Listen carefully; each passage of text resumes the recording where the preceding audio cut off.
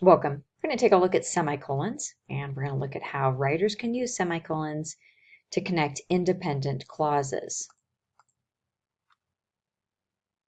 So for the rule here, a semicolon can connect two independent clauses that are not joined already with a coordinating conjunction. All right, let's look at some of the details here. So what's an independent clause? If you're not familiar with that term, an independent clause is a clause that includes both a subject and a predicate. An independent clause is a complete idea. It is a completed sentence all by itself. Now let's take a look at our other piece here, the coordinating conjunctions, because that could be confusing. So what are coordinating conjunctions? They're words that combine things. Here are some examples: and, but, for, nor, or, so, and yet.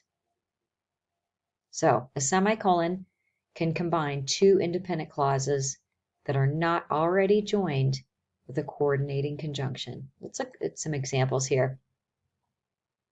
My daughter never cleaned her room. She left her she left her clothes, books, and art supplies all over the floor. So here we have the first independent clause. My daughter never cleaned her room. That's an independent clause. It's a complete sentence all by itself. She left her clothes, books, and art supplies all over the floor. That's an independent clause. They're joined here, the writer joined these by using a semicolon right there to combine these two independent clauses. That's how you do it. Here's another example. People should evaluate the quality of a website before believing its information. Some websites include false information. So here we have two independent clauses. The first one is people should evaluate the quality of a website before believing its information. That's an independent clause. That's equivalent to a complete sentence. The writer then combined that with the second independent clause, some websites include false information, by using the semicolon right here. So two independent clauses, they're combined by using that semicolon. Let's look at a couple more examples here. Literature teachers tend to read in their free time. Many of them read a book a week, and some read even more. Here we've got two independent clauses, so two complete sentences. Those are combined together by putting this semicolon in between them.